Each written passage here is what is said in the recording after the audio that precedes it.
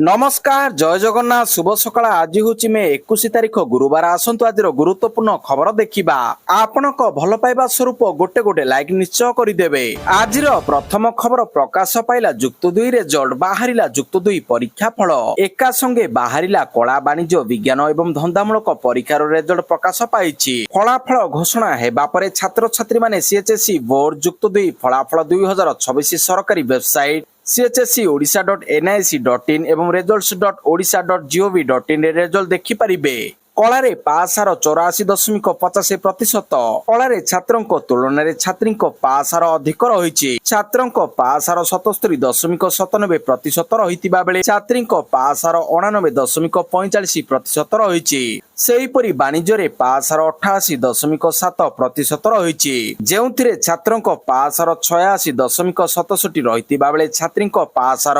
90.43% रही विज्ञान पासार 88.80 रही जो छात्र पासार 87.41% रही बेले छात्री पासार 80.24% रही अन्यपटे धंदामूलक परीक्षा पासार 71.89% रही जो छात्र पासार 71.49 रही बेले 83.43% रही छात्री पासार यह इम्प्रूवमेंट परीक्षा दे पारे छात्र छात्री चलित वर्ष इम्प्रूवमेंट परीक्षा दे पारे छात्र छात्री रेजल्ट प्रकाश पर घोषणा कले गणशिक्षा मंत्री नित्यानंद गंड कौन सी गोटे विषय इम्प्रूवमेंट पर सुजोग मिल पार पिला जनक पास करते इम्प्रूवमेंट परीक्षार सुजोग पाई पारे जुलाई प्रथम सप्ताह इम्प्रूवमेंट परीक्षा परवर्ती खबर ईरान सह युद्ध बंद करने अमेरिका कांग्रेस प्रस्ताव पारित अमेरिका ईरान मध्य युद्ध को नहीं एक बड़ खबर बुधवार सामना को आसी ईरान सह युद्ध बंद करने अमेरिका कांग्रेस प्रस्ताव पारित करिछि एथिरे ट्रम्प को 4 जन सांसद तांको विपक्ष रे भोट देइछंती एबे केवल राष्ट्रपति भीटो क्षमता बजाय रखिछंती अमेरिका कांग्रेस रे राष्ट्रपति डोनाल्ड ट्रम्प को सामरिक क्षमता को सीमित करबा पई एक प्रस्ताव गृहीत होइछि भोटे विरोधी डेमोक्राटक 4 जन रिपब्लिकान सांसद जोग देइथिले जदियो 3 जन विरत रहिथिले परवर्ती खबर मुख्यमंत्री को भेटिले जापान कन्सुलर जेनेराल कोलकाता रे अवस्थापित जापान रो कन्सुल जेनेराल मिस्टर इस्कावा योशिहिसा लोकसभा भवन रे मुख्यमंत्री श्री मोहन चरण माझी को भेटी जापान और ओडिशा मध्य सहभागिता वृद्धि पाई विभिन्न प्रसंग रे आलोचना करिसंती एही आलोचना समय मुख्यमंत्री श्री मोहन चरण माझी ओडिशार विभिन्न विकासमूलक प्रकल्प रे जापान रो सहयोग एवं क्रम वर्धिंसु वाणिज्यिक संपर्क पई जापान उच्च प्रशंसा करथिले आगामी दिन रे जापान ओडिशा रे अधिक निवेश करने सहित ओडिशार शिल्पायन प्रक्रिया रे एक प्रमुख भूमिका ग्रहण करिबो बोली मुख्यमंत्री आशा प्रकाश करथिले परवर्ती खबर पंजाब रे हेबाकु थिबा अदिनिया रथयात्रा स्थगित पंजाब रे हेबाकु थिबा अदिनिया रथयात्रा स्थगित श्रीमंदिर प्रशासन रो प्रतिवाद परे स्थगित होइथिबा नै घोषणा करा जायछि फिरोजपुर कैंटोनमेंट जगन्नाथ मंदिर पक्षरु स्थगित रखिबाकु सहमति मिलिछि मे 23 तारिख रे हेबाकु थिबा रथयात्रा को स्थगित नै घोषणा करा जायछि धार्य तिथि जुलाई 16 रे रथयात्रा करिबा नै सहमति दैछन्ति एनै श्रीमंदिर मुख्य प्रशासक को चिठी लिखिले फिरोजपुर जिलापाल परवर्ती खबर क्रूट रो समीक्षा कले नगर उन्नयन मंत्री आ 6 शहर रे गड़िबो आम बस संप्रसारण हेबो डिपो ई बस आसीबो सहरांचल यात्री परिवहन क्षेत्र रे आउ पादे आगो को जीवो क्रूट आ 6 शहर रे गड़िबो आम बस एने एक उच्चस्तरीय बैठक रे सूचना देइछंती नगर उन्नयन मंत्री डॉक्टर कृष्णचंद्र महापात्र एहा सो डिपो संप्रसारण और पीएम ई बस सेवा संपर्क रे विस्तृत भाव रे आलोचना करा जायछि बैठक रे मंत्री केन्दुझर बारिपदा अनुगुल झारसुगुड़ा एवं बालेश्वर को अंतर्भुक्त करुतिबा क्रूट रो प्रथम पर्याय संप्रसारण योजनार अग्रगति समीक्षा करथिले एहा सो जाजपुर रायगड़ा कोरापुट भद्रक एवं बलांगीर द्वितीय पर्याय संप्रसारण रोडमैप विषय रे आलोचना करथिले परवर्ती खबर छात्री को सुरक्षा कवच शक्तिश्री आप छात्री को 24 घंटिया सुरक्षा देव शक्तिश्री आप शिक्षार्थी को मोबाइल इंस्टॉल करने को उच्च शिक्षा विभाग निर्देश शिक्षार्थी को सुरक्षा को दृष्टि रखी उच्च शिक्षा विभाग पक्षरु शक्तिश्री भली एक योजना हाथ को निया जायछि एही योजना को अधिक क्रियाशील करने को विभाग पक्षरु शक्तिश्री मोबाइल ऐप प्रस्तुत होइछि एही ऐप को शिक्षार्थी माने मोबाइल रे डाउनलोड करी किपरि व्यवहार करिवे से नहीं सुनिश्चित करने को निर्देश देइछि उच्च शिक्षा विभाग एही संपर्क रे छात्री मध्य सचेतनता सृष्टि करने को कहा जायछि विभाग पक्षरु समस्त विश्वविद्यालय कुल सचिव और महाविद्यालय अध्यक्ष को एने चिट्ठी करा जायछि एही ऐप माध्यम रे विशेषकर छात्री माने विभिन्न सुरक्षा संपर्कित सेवा पाइबे परवर्ती खबर मेलोडी मुहूर्तर वीडियो भाइराल मेलोडी को उपहार रे मेलोडी चॉकलेट देले मोदी। प्रधानमंत्री नरेंद्र मोदी एबे इटाली गस्तरे अछंती। प्रधानमंत्री मोदी भारतରୁ मेलोनीଙ୍କ ପାଇଁ ଏକ ସ୍ୱତନ୍ତ୍ର ଉପହାର ନେଇ ପ୍ରଦାନ କରିଛନ୍ତି। ଏହି ମୁହୂର୍ତ୍ତର ଏକ ଭିଡିଓ ଏବେ ଭାଇରାଲ ହେବାରେ ଲାଗିଛି। ଏଠାରେ ପ୍ରଧାନମନ୍ତ୍ରୀ ଜର୍ଜିଆ ମେଲୋନୀଙ୍କ ସହ ତାଙ୍କ ସେଲ୍ଫି ଫଟୋ ଖୁବ୍ ଭାଇରାଲ ହେଉଛି। ଇଟାଲୀ ଗସ୍ତ ସମୟରେ ପ୍ରଧାନମନ୍ତ୍ରୀ ନରେନ୍ଦ୍ର ମୋଦି ଇଟାଲୀ ପ୍ରଧାନମନ୍ତ୍ରୀ ଜର୍ଜିଆ ମେଲୋନୀଙ୍କୁ ଏକ ସ୍ୱତନ୍ତ୍ର ମେଲୋଡି ଚକୋଲେଟ ଉପହାର ଦେଇଥିଲେ। ମେଲୋନୀ ଖୁସି ଖୁସିରେ ଏହାକୁ ଗ୍ରହଣ ମଧ୍ୟ କରିଥିଲେ। ମେଲୋନୀ ପ୍ରଧାନମନ୍ତ୍ରୀ ମୋଦିଙ୍କୁ ଏହି ଉପହାର ପାଇଁ ଧନ୍ୟବାଦ ଜଣାଇଥିଲେ ଏବଂ ସୋସିଆଲ ମିଡିଆ ପୋଷ୍ଟରେ ଲେଖିଛନ୍ତି ଉପହାର ପାଇଁ ଧନ୍ୟବାଦ। ପରବର୍ତ୍ତୀ ଖବର ଇରାନ ଯୁଦ୍ଧ ମଧ୍ୟରେ ଡୋନାଲ୍ଡ ଟ୍ରମ୍ପଙ୍କୁ ଭେଟିବେ ପ୍ରଧାନମନ୍ତ୍ରୀ ମୋଦି। ଇରାନ ଯୁଦ୍ଧ ମଧ୍ୟରେ ପ୍ରଧାନମନ୍ତ୍ରୀ ନରେନ୍ଦ୍ର ମୋଦି ଏବଂ ଆମେରିକା ରାଷ୍ଟ୍ରପତି ଡୋନାଲ୍ଡ ଟ୍ରମ୍ପଙ୍କ ମଧ୍ୟରେ ଖୁବ୍ ଶୀଘ୍ର ଏକ ବୈଠକ ହେବାର ସମ୍ଭାବନା ରହିଛି। ଏହା ଆସନ୍ତା ମାସରେ ଫ୍ରାନ୍ସରେ ହେବାକୁ ଥିବା G7 ଶିଖର ସମ୍ମିଳନୀ ସମୟରେ ହୋଇପାରେ, ଯେତେବେଳେ ଉଭୟ ଦେଶର ନେତାମାନେ ପ୍ୟାରିସରେ ରହିବେ। ତୈଳ ସଙ୍କଟ ଏବଂ ମଧ୍ୟପ୍ରାଚ୍ୟ ବିବାଦ ମଧ୍ୟରେ ପ୍ରଧାନମନ୍ତ୍ରୀ ମୋଦି ପ୍ରଥମ ଥର ପାଇଁ ଆମେରିକା ରାଷ୍ଟ୍ରପତିଙ୍କ ସହ ସାକ୍ଷାତ କରିବେ। ଆକ୍ସିଓସର ଏକ ରିପୋର୍ଟ ଅନୁଯାୟୀ ଜୁନରେ ଦୁଇ ନେତାଙ୍କ ମଧ୍ୟରେ ଏକ ବୈଠକ ସମ୍ଭବ। ପରବର୍ତ୍ତୀ ଖବର ବଙ୍ଗଳା ସରକାରଙ୍କ ବଡ଼ ଘୋଷଣା 2021 ବଙ୍ଗ ନିର୍ବାଚନ ପରବର୍ତ୍ତୀ ହିଂସାରେ ମୃତ ପରିବାରଙ୍କୁ ମିଳିବ ସରକାରୀ ଚାକିରି। ପଶ୍ଚିମବଙ୍ଗରୁ ଆସିଲା ବଡ଼ ଖବର। ମୁଖ୍ୟମନ୍ତ୍ରୀ ଶୁଭେନ୍ଦୁ ଅଧିକାରୀ କରିଛନ୍ତି ବଡ଼ ଘୋଷଣା। 19 ମଇ 2021 ବିଧାନସଭା ନିର୍ବାଚନ ପରେ ଘଟିଥିବା ହିଂସାରେ ମୃତକଙ୍କ ପରିବାରକୁ ଚାକିରି ଯୋଗାଇ ଦେବା ପାଇଁ ପ୍ରତିଶ୍ରୁତି ଦେଇଛନ୍ତି ମୁଖ୍ୟମନ୍ତ୍ରୀ। 2021ରେ ଟିମ୍ସର ବିଜୟ ପରେ ହୋଇଥିବା ନିର୍ବାଚନୀ ହିଂସାରେ ମୃତ 321 ଜଣଙ୍କ ପରିବାର ପାଇବେ ସରକାରୀ ଚାକିରି। ଏହା ସହ ରାଜ୍ୟରେ ହିଂସାର ଶିକାର ହୋଇଥିବା ଦଳୀୟ କର୍ମୀଙ୍କ ଦାୟିତ୍ୱ ମଧ୍ୟ ମୁଖ୍ୟମନ୍ତ୍ରୀ ନେବେ। ପରବର୍ତ୍ତୀ ଖବର ଜୁନରୁ ଓଡ଼ିଶାରେ ମହୁମାଛି କରିଡର। ଜୁନରୁ ଲାଗିବ 20,000 ଗଛ। ଆସନ୍ତା ଜୁନ ମାସରୁ ଓଡ଼ିଶାରେ ଆରମ୍ଭ ହେବ ପ୍ରଥମ ମହୁମାଛି କରିଡର ପ୍ରକଳ୍ପ। ସମ୍ବଲପୁର, ବ୍ରହ୍ମପୁର ଏବଂ ଢେଙ୍କାନାଳ ରାଜପଥ ପାର୍ଶ୍ୱରେ ନିମ୍ବ, କରଞ୍ଜ, ଅର୍ଜୁନ, କଦମ୍ବ, ଜାମୁ, ତେନ୍ତୁଳି ଏବଂ କାଞ୍ଜାନ ଭଳି ପ୍ରାୟ 20,000 ଗଛ ଲଗାଯିବ। ଜାତୀୟ ରାଜପଥ NH ପାର୍ଶ୍ୱରେ ମହୁମାଛି କରିଡର ସୃଷ୍ଟି ହେବା ନେଇ ନିଷ୍ପତ୍ତି ନେଇଛନ୍ତି କେନ୍ଦ୍ର ସରକାର। ସମ୍ବଲପୁର, ବ୍ରହ୍ମପୁର ଓ ଢେଙ୍କାନାଳରେ ଏଥିପାଇଁ 30 କିଲୋମିଟର ଚିହ୍ନଟ ହୋଇଛି। ପରବର୍ତ୍ତୀ ଖବର ବୁଲା କୁକୁରଙ୍କୁ ନେଇ ପ୍ରାଣୀ ସମ୍ପଦ ମନ୍ତ୍ରୀଙ୍କ ପ୍ରତିକ୍ରିୟା। କାର୍ଯ୍ୟକାରୀ ହେବ ସୁପ୍ରିମକୋର୍ଟଙ୍କ ରାୟ। କୁକୁର ହିଂସ୍ର ହେବା ଚିନ୍ତାଜନକ। କୁକୁରଙ୍କୁ ଏଣେତେଣେ ଖାଇବାକୁ ଦିଅନ୍ତୁ ନାହିଁ। ଓଡ଼ିଶାରେ କାର୍ଯ୍ୟକାରୀ ହେବ ବୁଲା କୁକୁରଙ୍କୁ ନେଇ ସୁପ୍ରିମକୋର୍ଟ ଦେଇଥିବା ରାୟ। ପ୍ରାଣୀ ସମ୍ପଦ ମନ୍ତ୍ରୀ ଗୋକୁଳାନନ୍ଦ ମଲ୍ଲିକ ଏନେଇ ପ୍ରତିକ୍ରିୟା ରଖିଛନ୍ତି। ମନ୍ତ୍ରୀ କହିଛନ୍ତି ଯେ ହିଂସ୍ର କୁକୁରଙ୍କୁ ରୋକିବା ପାଇଁ ପଦକ୍ଷେପ ନିଆଯିବ। କୁକୁରଙ୍କୁ ଟୀକାକରଣ ସହ ବନ୍ଧ୍ୟାକରଣ କରାଯାଉଛି। ଜଳାନ୍ତକ ରୋଗରେ ଥିବା କୁକୁରଙ୍କୁ ଥଇଥାନ କରାଯାଉଛି। କୁକୁର ହିଂସ୍ର ହେବା ଚିନ୍ତାଜନକ। ପବ୍ଲିକ ଜାଗାରେ ମାଂସ ଖାଇବାକୁ ଦେଇ ହିଂସ୍ର କରୁଛନ୍ତି। ତେଣୁ କୁକୁର ପ୍ରେମୀମାନେ ଏଣେତେଣେ ଖାଇବାକୁ ନ ଦେବା ପାଇଁ ମନ୍ତ୍ରୀ ନିବେଦନ କରିଛନ୍ତି।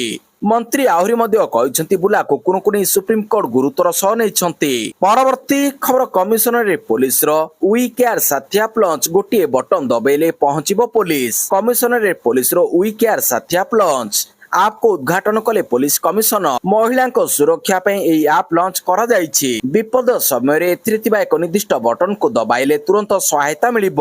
ଆପ୍ରେ ମେସେଜ କଲେ ତୁରନ୍ତ ପୋଲିସ ଘଟଣା ସ୍ଥଳରେ ପହଞ୍ଚିଯିବ। ପରବର୍ତ୍ତୀ ଖବର ଶତ୍ରୁର ନିଦ ହଜାଇ ଦେବ ସୂର୍ଯ୍ୟାସ୍ତ୍ର। ଭାରତର ପ୍ରତିରକ୍ଷା କ୍ଷେତ୍ରକୁ ସ୍ୱାବଲମ୍ବୀ କରିବା ପାଇଁ ଆତ୍ମନିର୍ଭର ଭାରତ ଅଭିଯାନକୁ ଆଗକୁ ବଢାଇବା ଦିଗରେ ବୁଧବାର ଏକ ବଡ଼ ସଫଳତା ମିଳିଛି। ଓଡ଼ିଶାର ଚାନ୍ଦିପୁର ସ୍ଥିତ ସମନ୍ୱିତ ପରୀକ୍ଷଣ କେନ୍ଦ୍ର ITI ଠାରେ ଘରୋଇ ପ୍ରତିରକ୍ଷା ସଂସ୍ଥା ନିବେ ଲିମିଟେଡ୍ ଦ୍ୱାରା ନିର୍ମିତ ଦୂରଗାମୀ ରକେଟ ପ୍ରଣାଳୀ ସୂର୍ଯ୍ୟାସ୍ତ୍ରର ସଫଳ ପରୀକ୍ଷଣ କରାଯାଇଛି। ସବୁଠାରୁ ଗୁରୁତ୍ୱପୂର୍ଣ୍ଣ କଥା ହେଉଛି ଏହି ରକେଟ ସମ୍ପୂର୍ଣ୍ଣ ସୂକ୍ଷ୍ମତା ଓ ସଠିକତାର ସହ ନିଜର ଲକ୍ଷ୍ୟଭେଦ କରିବାରେ ସଫଳ ହୋଇଛି। ଏହି ପରୀକ୍ଷଣ ସମୟରେ ସୂର୍ଯ୍ୟାସ୍ତ୍ର ରକେଟ ସିଷ୍ଟମର 2ଟି ଭିନ୍ନ ସଂସ୍କରଣର ଟ୍ରାଏଲ ମଧ୍ୟ କରାଯାଇଛି, ଯାହାର ମାରକ କ୍ଷମତା ଯଥାକ୍ରମେ 150 କିଲୋମିଟର ଏବଂ 300 କିଲୋମିଟର ରହିଛି। ପରବର୍ତ୍ତୀ ଖବର ଡଲାର ତୁଳନାରେ ସର୍ବନିମ୍ନ ସ୍ତରକୁ ଖସିଲା ଟଙ୍କା। ଯୁଦ୍ଧ ଯୋଗୁଁ ବିଶ୍ୱ ଅର୍ଥନୀତି ସଙ୍କଟ ସ୍ଥିତିରେ ରହିଛି। ପାତାଳମୁହାଁ ହୋଇଛି ଟଙ୍କା। ଆମଦାନୀ ବିଲ୍ ବଢାଉଛି ଚିନ୍ତା। ଡଲାର ତୁଳନାରେ ଟଙ୍କାର ମୂଲ୍ୟ ସର୍ବନିମ୍ନ ସ୍ତର 96.53 ସ୍ତରରେ ରହିଛି। ଏହା ପୂର୍ବରୁ ସୋମବାର ଟଙ୍କା 96.29 ସ୍ତରରେ ବନ୍ଦ ହୋଇଥିଲା। ଗତ କିଛି ଦିନ ହେବ ଟଙ୍କା ମୂଲ୍ୟ ଲଗାତାର ହ୍ରାସ ହେଉଛି। 2026 ଆରମ୍ଭରୁ ଟଙ୍କା ଉପରେ ଚାପ ରହିଛି। ଡିସେମ୍ବର 2025ରେ ପ୍ରଥମ ଥର ଲାଗି ଟଙ୍କା 90 ସ୍ତରକୁ ଖସିଥିଲା। ଏଭଳି ସ୍ଥିତିରେ ମୁଦ୍ରାସ୍ଫୀତି ଚାପ ବଢିବା ଆଶଙ୍କା ରହିଛି। ବିଶେଷଜ୍ଞ କହିଛନ୍ତି ଯେ ଯୁଦ୍ଧ ବନ୍ଦ ନ ହେବା ଏବଂ ଅଶୋଧିତ ତେଲ ଦର ଏଭଳି ବଢି ଚାଲିଲେ ଟଙ୍କା 100 ସ୍ତର ଛୁଇଁପାରେ। ପରବର୍ତ୍ତୀ ଖବର ନିଟ୍ ପେପର ଲିକ୍ ମାମଲା ଏନ୍ଟିଏ ମୁଖ୍ୟଙ୍କ ସମେତ ଶିକ୍ଷା ମନ୍ତ୍ରାଳୟର ଉଚ୍ଚାଧିକାରୀଙ୍କୁ ଡାକରା ଆଜି ହେବ ବୈଠକ। ନିଟ୍ ୟୁଜି ପେପର ଲିକ୍ ମାମଲାକୁ ନେଇ ଶିକ୍ଷା ସମ୍ପର୍କିତ ସଂସଦୀୟ ସ୍ଥାୟୀ କମିଟି ମେ 21 ତାରିଖ ଅର୍ଥାତ୍ ଆଜି ଏନ୍ଟିଏ ଓ ଶିକ୍ଷା ମନ୍ତ୍ରାଳୟର ବରିଷ୍ଠ ଅଧିକାରୀଙ୍କୁ ଡକାଇଛନ୍ତି। ଆଜି ହେବାକୁ ଥିବା ଏହି ବୈଠକରେ ପରୀକ୍ଷା ବ୍ୟବସ୍ଥାରେ ସୁଧାର ଓ ତଦନ୍ତ ପ୍ରଗତି ଉପରେ ଆଲୋଚନା ହେବ। କଂଗ୍ରେସ ନେତା ଦିଗ୍ବିଜୟ ସିଂ ଏହି ବୈଠକର ଅଧ୍ୟକ୍ଷତା କରିବେ। ବୈଠକରେ ଏନ୍ଟିଏ ମୁଖ୍ୟଙ୍କ ସମେତ ଶିକ୍ଷା ମନ୍ତ୍ରାଳୟ ଓ ଏନ୍ଟିଏ ବରିଷ୍ଠ ଅଧିକାରୀ ହାଜର ହେବେ। ପରବର୍ତ୍ତୀ ଖବର ସରକାରୀ ଗାଡିର ତେଲ ଖର୍ଚ୍ଚ ପାଇଁ ପେଟ୍ରୋଲ ପମ୍ପକୁ ମିଳିବ 2 ମାସର ଅଗ୍ରିମ ଅର୍ଥ। ରାଜ୍ୟ ସରକାରଙ୍କ ବଡ ନିଷ୍ପତ୍ତି। ରାଜ୍ୟରେ ସରକାରୀ କାର୍ଯ୍ୟର ନିରବିଚ୍ଛିନ୍ନ ପରିଚାଳନା ପାଇଁ ଓଡ଼ିଶା ସରକାରଙ୍କ ଅର୍ଥ ବିଭାଗ ପକ୍ଷରୁ ଏକ ଗୁରୁତ୍ୱପୂର୍ଣ୍ଣ ସ୍ମାରକ ପତ୍ର ଜାରି କରାଯାଇଛି।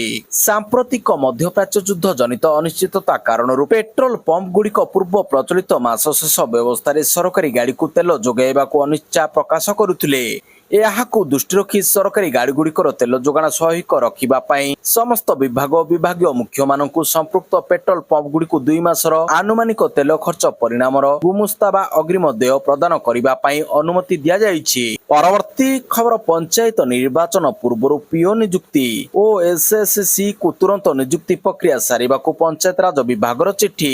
ଆଗାମୀ ପଞ୍ଚାୟତ ନିର୍ବାଚନକୁ ଦୃଷ୍ଟି ରଖି ରାଜ୍ୟ ସରକାର ପଞ୍ଚାୟତ ଏକ୍ଜିକ୍ୟୁଟିଭ ଅଫିସର ପିଓ ପଦବୀ ନିଯୁକ୍ତି ପ୍ରକ୍ରିୟା ତ୍ୱରାନ୍ୱିତ କରିବା ପାଇଁ ପଦକ୍ଷେପ ନେଇଛନ୍ତି। ପଞ୍ଚାୟତ ଓ ପାନୀୟ ଜଳ ବିଭାଗ ପକ୍ଷରୁ ଓଡ଼ିଶା ସବ୍ ଅର୍ଡିନେଟ୍ ଷ୍ଟାଫ୍ ସିଲେକ୍ସନ କମିଶନ ଓ ଏସ୍ଏସ୍ସି କୁ ଚିଠି ଲେଖି ଶୀଘ୍ର ବିଜ୍ଞପ୍ତି ପ୍ରକାଶ ସହ ନିଯୁକ୍ତି ପ୍ରକ୍ରିୟା ସମାପ୍ତ କରିବାକୁ ଅନୁରୋଧ କରାଯାଇଛି। ରାଜ୍ୟର ବିଭିନ୍ନ ଜିଲ୍ଲାରେ ବହୁ ସଂଖ୍ୟକ ପିଓ ପଦ ଖାଲି ଥିବାରୁ ଗ୍ରାମସ୍ତରରେ ପ୍ରଶାସନ ଓ ସରକାରୀ କାର୍ଯ୍ୟକ୍ରମ ପ୍ରଭାବିତ ହେଉଥିବା କଥା ସରକାର ସ୍ୱୀକାର କରିଛନ୍ତି। ପରବର୍ତ୍ତୀ ଖବର ଆଇପିଏଲ୍ ଦେଖିବେ ମହସିନ ନକଭି। ଆଇପିଏଲ୍ 2026 ମହାସମାବେଶ ପୂର୍ବରୁ ଏକ ଆକର୍ଷଣୀୟ କୂଟନୈତିକ ଏବଂ ପ୍ରଶାସନିକ ଉପକଥା ସାମ୍ନାକୁ ଆସିଛି। କାରଣ ପାକିସ୍ତାନ କ୍ରିକେଟ ବୋର୍ଡ ପିସିବି ଅଧ୍ୟକ୍ଷ ମହସିନ ନକଭିଙ୍କୁ ଆଗାମୀ ଅନ୍ତର୍ଜାତୀୟ କ୍ରିକେଟ ପରିଷଦ ଆଇସିସି ବୈଠକ ଏବଂ ଟୁର୍ଣ୍ଣାମେଣ୍ଟର ଫାଇନାଲ ମ୍ୟାଚ୍ ପାଇଁ ଅହମ୍ମଦାବାଦକୁ ନିମନ୍ତ୍ରଣ କରାଯାଇଥିବା ଜଣାପଡ଼ିଛି। କାତର ଦୋହାରେ ହେବାକୁ ଥିବା ଆଇସିସିର ତ୍ରୈମାସିକ ବୈଠକ ଗୁଡ଼ିକୁ ପଶ୍ଚିମ ଏସିଆ ସଂକଟ ଯୋଗୁଁ ଭାରତରେ ସ୍ଥାନାନ୍ତରିତ କରାଯାଇଥିଲା। ପରବର୍ତ୍ତୀ ଖବର ମହମ୍ମଦ ସାମିଙ୍କୁ କୋର୍ଟ ଦୋଷମୁକ୍ତ କଲେ। ଭାରତୀୟ କ୍ରିକେଟର ମହମ୍ମଦ ସାମିଙ୍କୁ ଆଲିପୁର କୋର୍ଟ ଏକ ଚେକ୍ ବାଉନ୍ସ ମାମଲାରେ ନିର୍ଦ୍ଦୋଷରେ ଖଲାସ କରିଛନ୍ତି। ଏହି ମାମଲାରେ ସାମିଙ୍କ ବିଚ୍ଛିନ୍ନ ପତ୍ନୀ ହାସିନ ଜାହ୍ନା ଅଭିଯୋଗ କରିଛନ୍ତି ଯେ ଘର ଖର୍ଚ୍ଚ ପାଇଁ ସାମି ଦେଇଥିବା 1 ଲକ୍ଷ ଟଙ୍କାର ଚେକ୍ ବାଉନ୍ସ ହୋଇଛି। ମାମଲା 4 ବର୍ଷ ଧରି ବିଚାରାଧୀନ ଥିଲା, କିନ୍ତୁ ବୁଧବାର ଦିନ ଆଲିପୁର କୋର୍ଟ ତାଙ୍କ ରାୟରେ ସାମିଙ୍କୁ ସମସ୍ତ ଅଭିଯୋଗରୁ ନିର୍ଦ୍ଦୋଷରେ ଖଲାସ କରିଛନ୍ତି। ପରବର୍ତ୍ତୀ ଖବର କେରଳରେ ମହଙ୍ଗା ହେଲା ଦୁଗ୍ଧ ଦର। ଲିଟର ପିଛା 4 ଟଙ୍କା ବୃଦ୍ଧିକୁ ମଞ୍ଜୁର ଦେଲେ ସତୀଶନ ସରକାର। କେରଳରେ ଦୁଗ୍ଧ ମହଙ୍ଗା ହୋଇଛି। ଲିଟର ପିଛା 4 ଟଙ୍କା ବୃଦ୍ଧି ଲାଗି ନିଷ୍ପତ୍ତିକୁ ରାଜ୍ୟର ନୂଆ କଂଗ୍ରେସ ସରକାର ମଞ୍ଜୁରୀ ଦେଇଛନ୍ତି। ଏହି ବର୍ଦ୍ଧିତ ମୂଲ୍ୟ ରାଜ୍ୟରେ ଜୁନ 1 ତାରିଖରୁ ଲାଗୁ ହେବ। ରାଜ୍ୟ ସମବାୟ ଡାଏରୀ ସଂସ୍ଥା ମିଲ୍କା ବୁଧବାର ଏହି ଘୋଷଣା କରିଛି। ମିଲ୍ମା ଚେୟାରମ୍ୟାନ କେ.ଏସ୍. ମଣି କହିଛନ୍ତି ଯେ ମୂଲ୍ୟ ବୃଦ୍ଧି ପ୍ରସ୍ତାବକୁ ପିଛିଲା ବାମପନ୍ଥୀ ସରକାର ମଞ୍ଜୁର କରିଥିଲେ। ପରବର୍ତ୍ତୀ ଖବର କ୍ୟାବିନେଟରେ 7ଟି ବିଭାଗର 10ଟି ପ୍ରସ୍ତାବକୁ ମଞ୍ଜୁରୀ। ରାଜ୍ୟ ମନ୍ତ୍ରିମଣ୍ଡଳର 40ତମ ବୈଠକ ମୁଖ୍ୟମନ୍ତ୍ରୀ ଶ୍ରୀ ମୋହନ ଚରଣ ମାଝୀଙ୍କ ଅଧ୍ୟକ୍ଷତାରେ ଲୋକସଭା ଭବନସ୍ଥିତ ସମ୍ମିଳନୀ କକ୍ଷରେ ଅନୁଷ୍ଠିତ ହୋଇଯାଇଛି। ବୈଠକରେ 7ଟି ବିଭାଗର 10ଟି ପ୍ରସ୍ତାବକୁ ଅନୁମୋଦନ କରାଯାଇଛି। ଓଡ଼ିଆ ଭାଷା ସାହିତ୍ୟ ଓ ସଂସ୍କୃତି ବିଭାଗର ଗୋଟିଏ, ମତ୍ସ୍ୟ ଓ ପ୍ରାଣୀ ସମ୍ପଦ ବିଭାଗର ଗୋଟିଏ, ଅନୁସୂଚିତ ଜନଜାତି ଓ ଅନୁସୂଚିତ ଜାତି ଉନ୍ନୟନ ବିଭାଗର ଗୋଟିଏ, ଖାଦ୍ୟ ଯୋଗାଣ ଓ ଖାଉଟି କଲ୍ୟାଣ ବିଭାଗର ଗୋଟିଏ, ଆଇନ ବିଭାଗର 3ଟି, ଶକ୍ତି ବିଭାଗର 2ଟି, ଏହିପରି ମୋଟ 6ଟି ବିଭାଗର 10ଟି ପ୍ରସ୍ତାବ କ୍ୟାବିନେଟ ବୈଠକରେ ଆଲୋଚନା ପୂର୍ବକ ଅନୁମୋଦନ କରାଯାଇଛି। ବୈଠକ ପରେ ମୁଖ୍ୟ ଶାସନ ସଚିବ ଶ୍ରୀମତୀ ଅନୁଗର କ୍ୟାବିନେଟ ବୈଠକରେ ନିଆଯାଇଥିବା ନିଷ୍ପତ୍ତି ସମ୍ପର୍କରେ ଗଣମାଧ୍ୟମକୁ ଏହି ସୂଚନା ଦେଇଛନ୍ତି। ପରବର୍ତ୍ତୀ ଖବର ଅରିନ୍ଦମ ରୟଙ୍କ ସୋସିଆଲ ମିଡିଆ ମନ୍ତବ୍ୟକୁ ନେଇ ବିବାଦ। ଥାନାରେ ଏତଲା ଦେଲେ ସାମ୍ବାଦିକ। ଚୌଦ୍ୱାର ବ୍ଲକରେ ବିଜେପି ନେତା ତଥା ଅଭିନେତା ଅରିନ୍ଦମ ରୟଙ୍କ ସୋସିଆଲ ମିଡିଆ ମନ୍ତବ୍ୟକୁ ନେଇ ରାଜନୈତିକ ଉଷ୍ମତା ବୃଦ୍ଧି ପାଇଛି। କିଛି ସାମ୍ବାଦିକ ଅରିନ୍ଦମଙ୍କ ଆପତ୍ତିଜନକ ସୋସିଆଲ ମିଡିଆ ମନ୍ତବ୍ୟ ବିରୋଧରେ ଟାଙ୍ଗୀ ଚୌଦ୍ୱାର ଥାନାରେ ଏକ ଅଭିଯୋଗ ଏଫଆଇଆର ଦାଖଲ କରିଛନ୍ତି। ପରବର୍ତ୍ତୀ ଖବର ଏସ୍ଆର୍ ପାଇଁ 6 ଜଣିଆ କମିଟି ଗଠନ କଲା ବିଜେଡି। ରାଜ୍ୟରେ ଭୋଟର ତାଲିକାର ସ୍ୱତନ୍ତ୍ର ସଂଗଠନ ସଂଶୋଧନ ପ୍ରକ୍ରିୟା ବା ଏସ୍ଆର୍ ପାଇଁ ସମୟସୂଚୀ ଘୋଷଣା କରାଯାଇଛି। ଜୁଲାଇ 1ରୁ ଏହା ଆରମ୍ଭ ହେବାକୁ ତାରିଖ ଧାର୍ଯ୍ୟ କରାଯାଇଛି। ଏସ୍ଆର୍ ପାଇଁ କମିଟି ଗଠନ କଲା ବିଜେଡି। 6 ଜଣ ବରିଷ୍ଠ ସଦସ୍ୟଙ୍କୁ ନେଇ କମିଟି ଗଠନ କରିଛି ବିଜୁ ଜନତା ଦଳ। ବରିଷ୍ଠ ସଦସ୍ୟ ତାଲିକାରେ ରହିଛନ୍ତି ପ୍ରମିଳା ମଲ୍ଲିକ, ନିରଞ୍ଜନ ପୂଜାରୀ, ପ୍ରତାପ ଜେନା, ସସ୍ମିତ ପାତ୍ର, ଭୃଗୁ ବକ୍ସି ପାତ୍ର ଓ ବିଜୟ ନାୟକ ସାମିଲ କରାଯାଇଛି। ଏହି ବରିଷ୍ଠ ସଦସ୍ୟମାନେ ବିଏଲଏ ନିଯୁକ୍ତି ଓ ସେମାନଙ୍କୁ ପ୍ରଶିକ୍ଷଣ ତଦାରଖ କରିବେ। ରାଜ୍ୟରେ ଆଗାମୀ ଜୁଲାଇ 1ରୁ ଏସ୍ଆରି ପ୍ରକ୍ରିୟା ଆରମ୍ଭ ହେବ। ପରବର୍ତ୍ତୀ ଖବର ପାକିସ୍ତାନ ବାୟୁସେନା ବିମାନ ଦୁର୍ଘଟଣାଗ୍ରସ୍ତ ସୁରକ୍ଷିତ ବର୍ତ୍ତିଲେ 2 ପାଇଲଟ। ପାକିସ୍ତାନ ବାୟୁସେନାର ଏକ ପ୍ରଶିକ୍ଷଣ ବିମାନ ବୁଧବାର ଦୁର୍ଘଟଣାରେ ଧ୍ୱଂସ ହୋଇଯାଇଛି। ବିମାନଟି ପାକିସ୍ତାନ ପଞ୍ଜାବ ଉପରେ ଉଡୁଥିବା ବେଳେ ଦୁର୍ଘଟଣାର ଶିକାର ହୋଇଛି। ପ୍ରାରମ୍ଭିକ ରିପୋର୍ଟ ଅନୁସାରେ ବିମାନରେ ଥିବା 2 ପାଇଲଟ ସମୟ ପୂର୍ବରୁ ବାହାରି ଯାଇଥିଲେ। ଏହି ବିମାନ ଦୁର୍ଘଟଣା ନେଇ ସୋସିଆଲ ମିଡିଆରେ ଅନେକ ଭିଡିଓ ଏବଂ ଫଟୋ ଭାଇରାଲ ହେଉଛି, ଯେଉଁଥିରେ ବିମାନ ଦୁର୍ଘଟଣାଗ୍ରସ୍ତ ହେଉଥିବା ଦେଖାଯାଉଛି।